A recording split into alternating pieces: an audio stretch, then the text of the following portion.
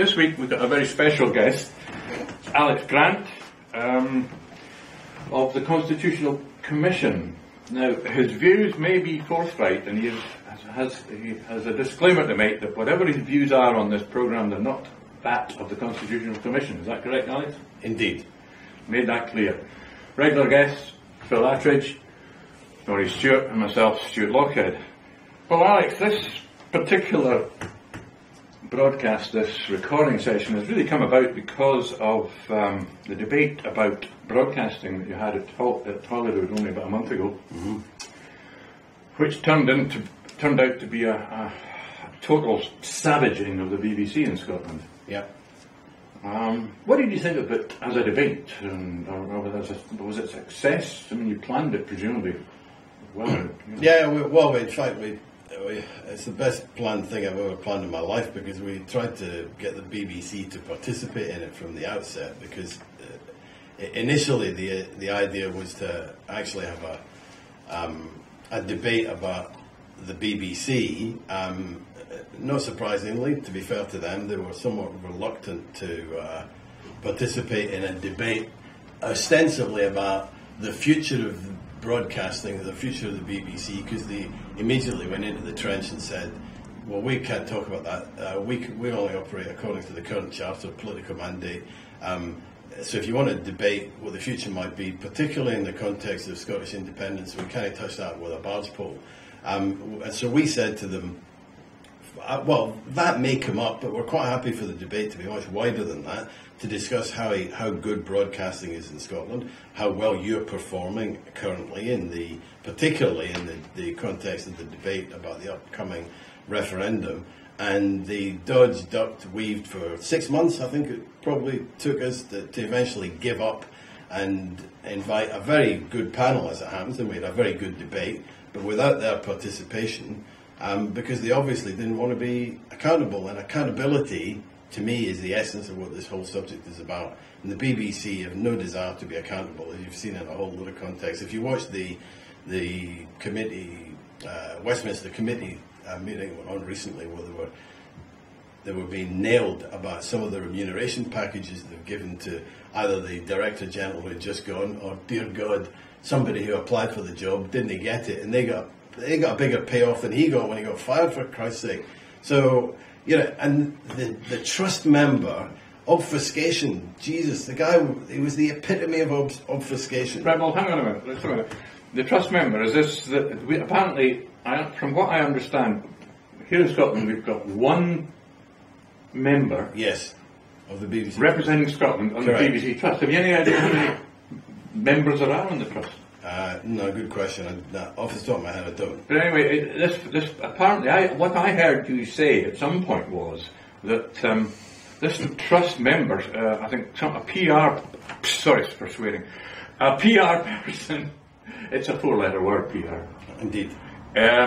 Actually said to you that this trust member who represents Scotland has to be independent because he was appointed by the Queen. No, that's correct. Although I would say, you're slightly wrong. He wasn't a PR person.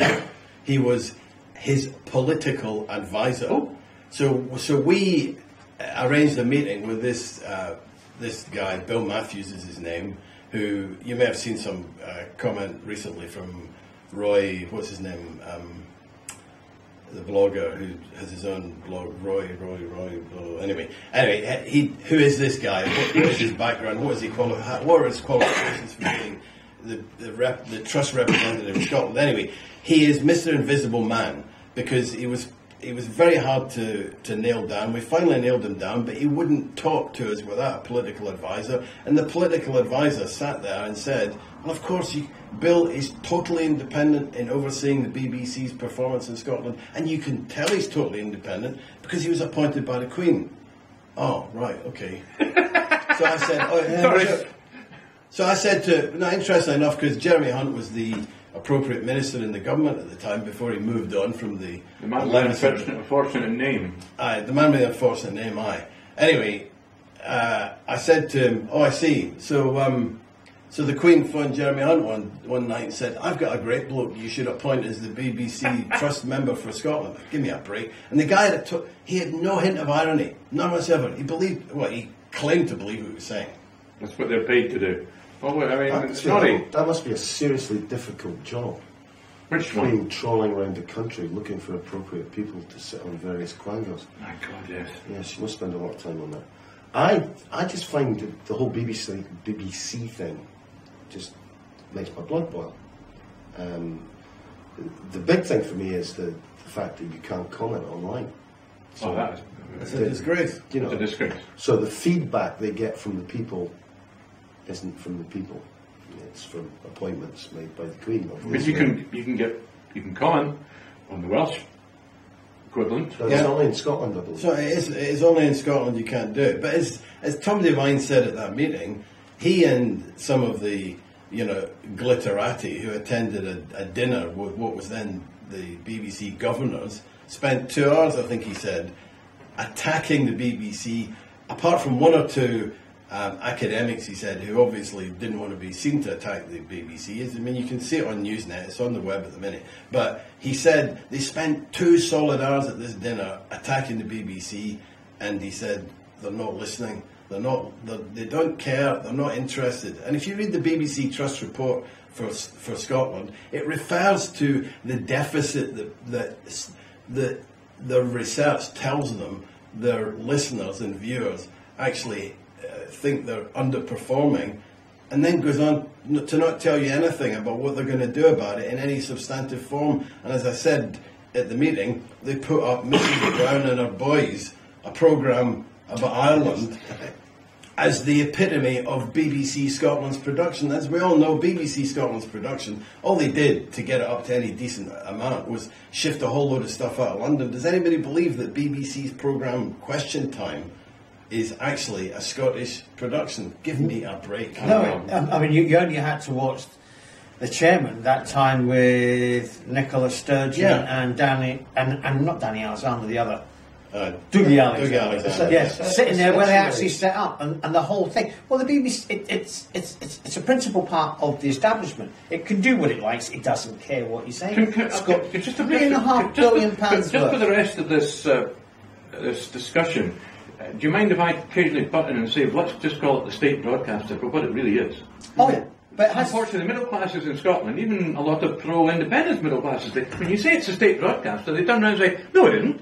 I mean, apparently we're the only country in the world that doesn't have a state broadcaster. But as soon as you call it that, you realise what it is. It's a mouthpiece for the establishment. The reason they've got away with hiding behind the British Broadcasting Corporation, we're honest, and fair and balanced, is because of basically the statement we've made way back during the general strike. No, the government can't have control of the BBC because it doesn't need control of the BBC.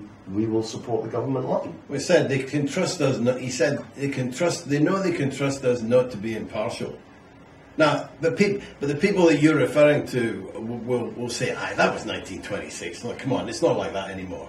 That the general population out there think you're talking about ancient history when class divides were huge, and they don't exist anymore, of course. And there is no bias whatsoever. And that's my view is most people think the BBC is wonderful because they either like EastEnders, Strictly Come Dancing, or Mr. Attenborough. I mean, the BBC do produce some fabulous stuff, and it ain't as bad as Fox News. But is it unbiased? Of course it's not. But that is the point. Sorry. I'll also, one thing about BBC commissioning programmes, which, particularly on BBC4, which come from small, successful countries which we could emulate. You're talking from about Denmark and Norway and Sweden, which is twice the population of ours. But it shows it can be done. No, I mean, to stick to Denmark though, because Phil, because Denmark, as Ewan Crawford pointed out in our meeting, is a country the same size as Scotland. 2 or 3 national channels, regional channels. 9 regional channels, a whole phenomenal. Local radio stations, and what have we got? 1. But I'm sorry, the fact that you're saying it's phenomenal, Phil, is, to me, wait a minute, that's surely normal. The fact is, this Compared to us, it's phenomenal. look, you, as I said, I've lived in the south of England 20 years, happily. Down there, you've got BBC local radio for Wiltshire, Somerset, Hampshire, Dorset. There is no comparable structure in Scotland. Sorry. Sorry, my voice has got a bit excitable. You've got Radio Scotland.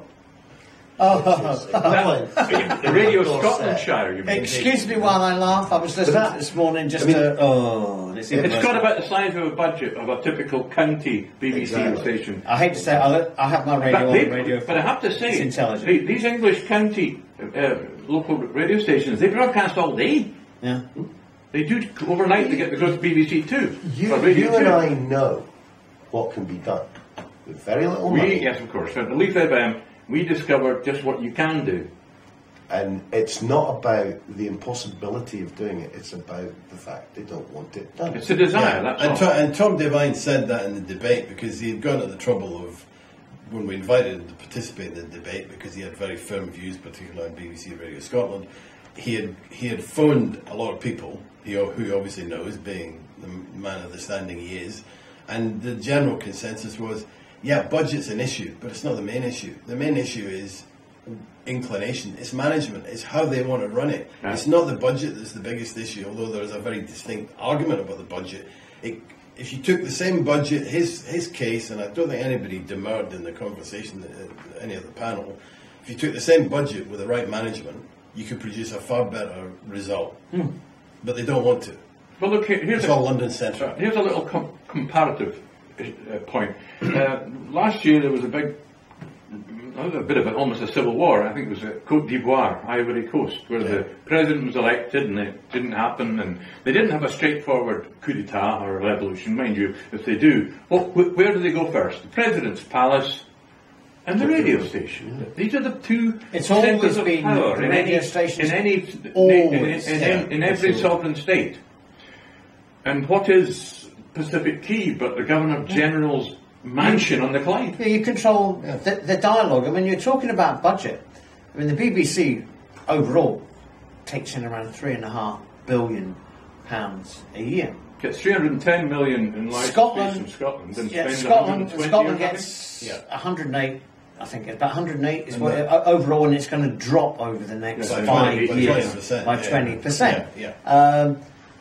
And also, when if you say anything about it, you get labelled with a gnat, you get labelled with this. It's always actually the similar actually is when if you get when you had the rise of feminism, and when women stood up for their rights and they deserve rights that were screamed as you're being hysterical, and this is really what they just do to Scotland.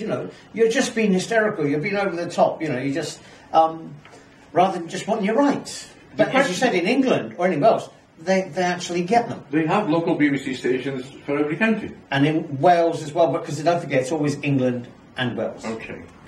Yeah, the main thing here is about accountability. I've got some experience of accountability. I used to work for an airline, and it's interesting because there's a huge range of debates out there in the last year or so about accountability, whether it's financial accountability, press accountability, and this continual gurning about, should we interfere? I mean, and you can't have government interfere. Look, aircraft fly through the sky at 500 miles an hour at 40,000 feet, and if something goes wrong, it makes a very large bang and hundreds of people die. Consequently, you need regulation.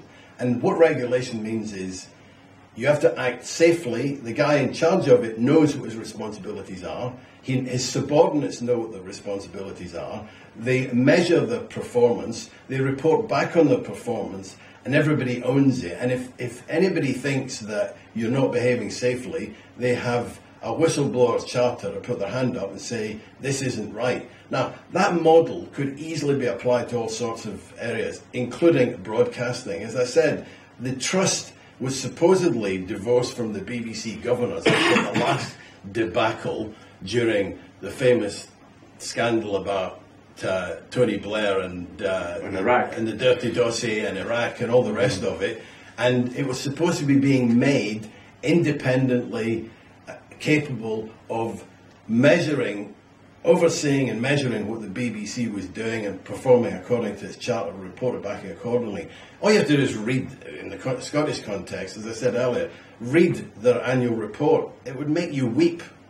And they've got no shame about it because nobody wants to hold them to account. I mean, the mere fact that we're in the middle of a discussion about Scottish independence, and as was said at that meeting by Joan McAlpine, that they couldn't get the BBC Scotland to come to their committee at Holyrood, until they complained to Lord Patten, and he forced them to go. But B, and more importantly, in the southwest of Scotland, in the south of Scotland, they've got Tyne Tees.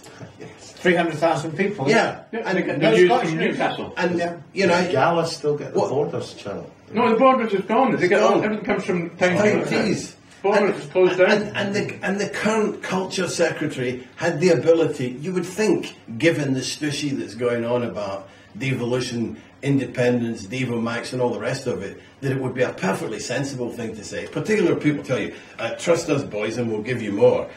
But they can't even say all of Scotland will get, and STV offered at cost their news coverage to ITV, Tyne Tees, in order to broadcast it to the Borders, and not interested. And the government, Ofcom, and every other bit of the apparatus that's supposed to be delivering the regional nation unto nation blah blah bit that's in the BBC charter.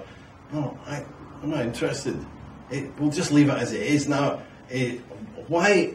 I'd like somebody in Westminster to tell me, why would you do that? What is the motivation? I remember that. I mean, I did 8 years. This is the wrong time to have that argument. Yeah. Because Westminster are not going to be kicking anybody that supports the union's ass.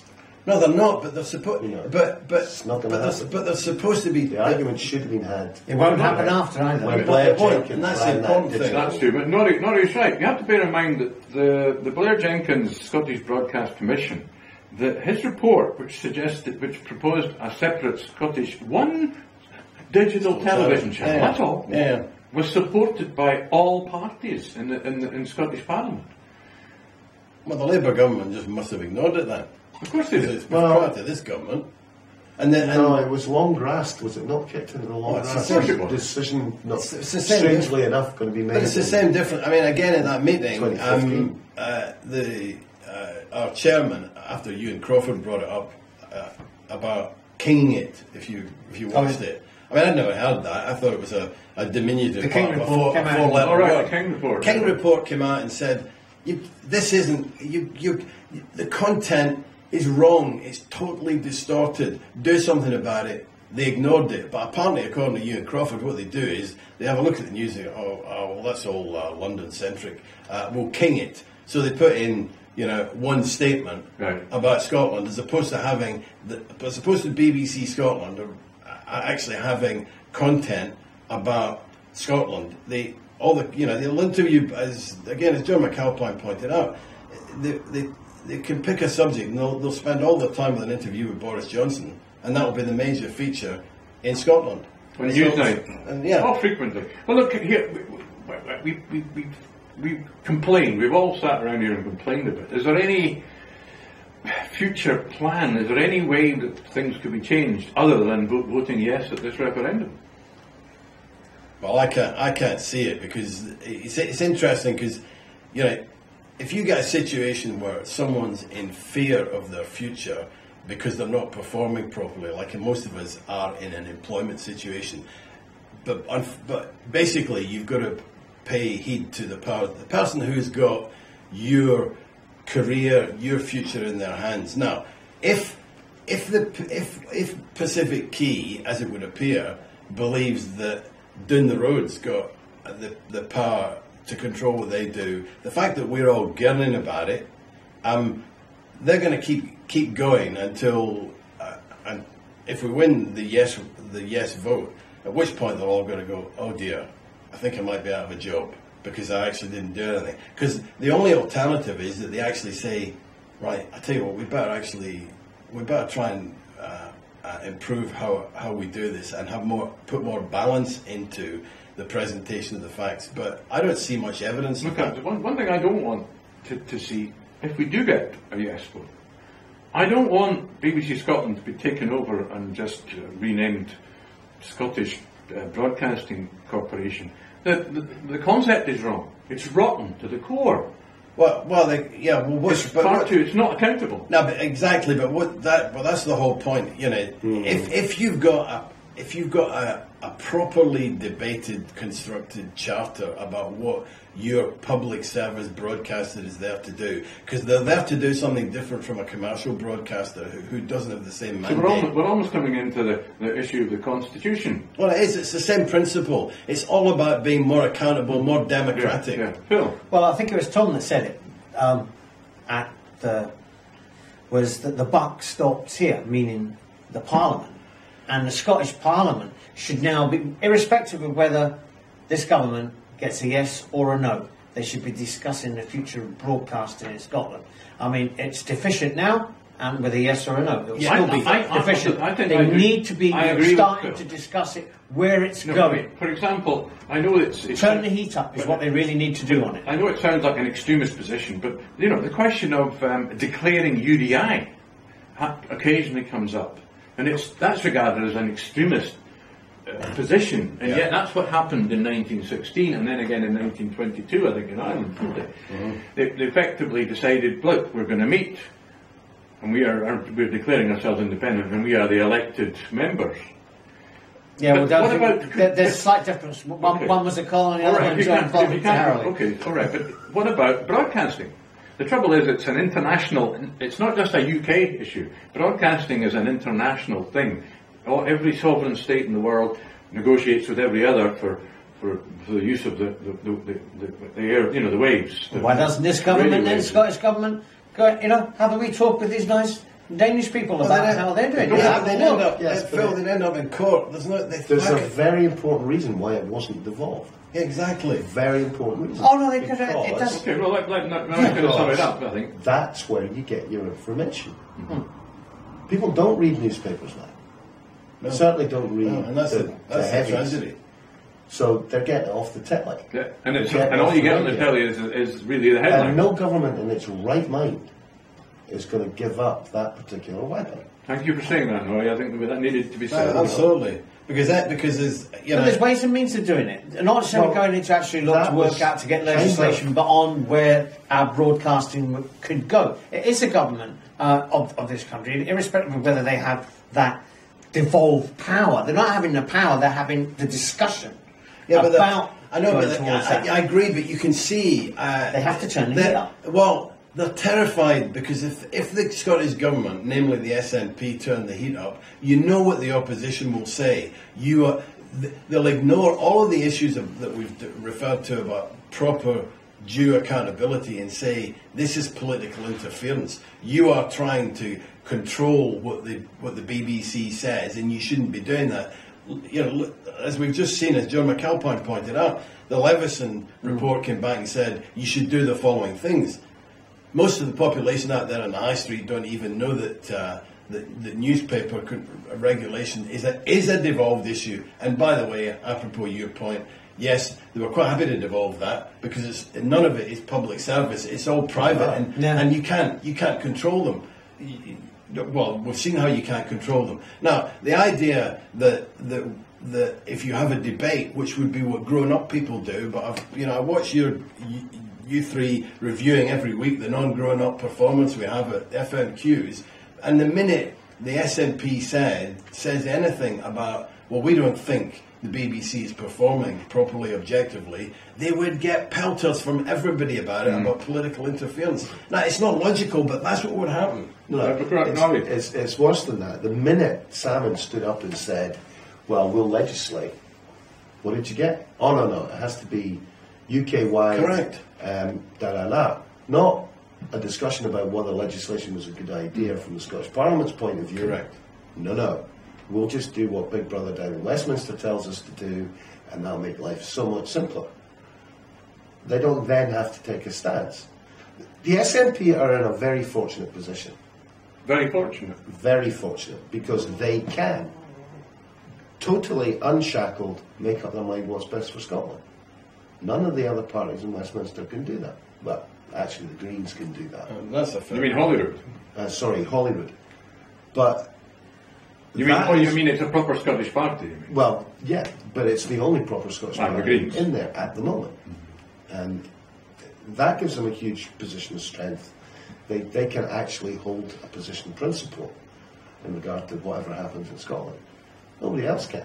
And that's why the only way, in my view, to make anything change is guerrilla radio. So, but you're right. Who knows? And the trouble is, it's not how many people are going to listen. That's the trouble. No, there's two issues here, though. But it's a protest, it's not really about getting a message out. No, I think your first point is absolutely right, that the SNP is the only party who actually has an inclination to do anything of this ilk, and they should be making a statement about, in an independent Scotland, the following would be in place. However, in the run-up to the referendum, that's all very well, but if they try to attack, in inverted commas, the BBC, they will get murdered for it. Because they've got no friends out there. Nobody is criticising the BBC. I mean, it's interesting enough, I spoke to the public, as part of the preamble of trying to get the BBC to this meeting.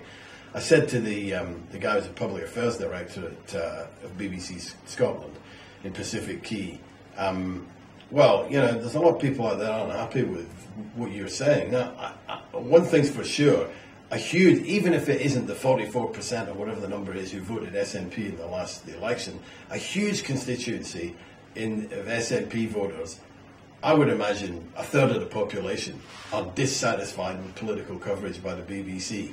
But the BBC have no comprehension of that. The guy sat there and told me, look, a few hundred protesters standing outside doesn't bother us because that's just the Nats. You know, they're a small minority. The majority of people in Scotland are perfectly happy with what we do.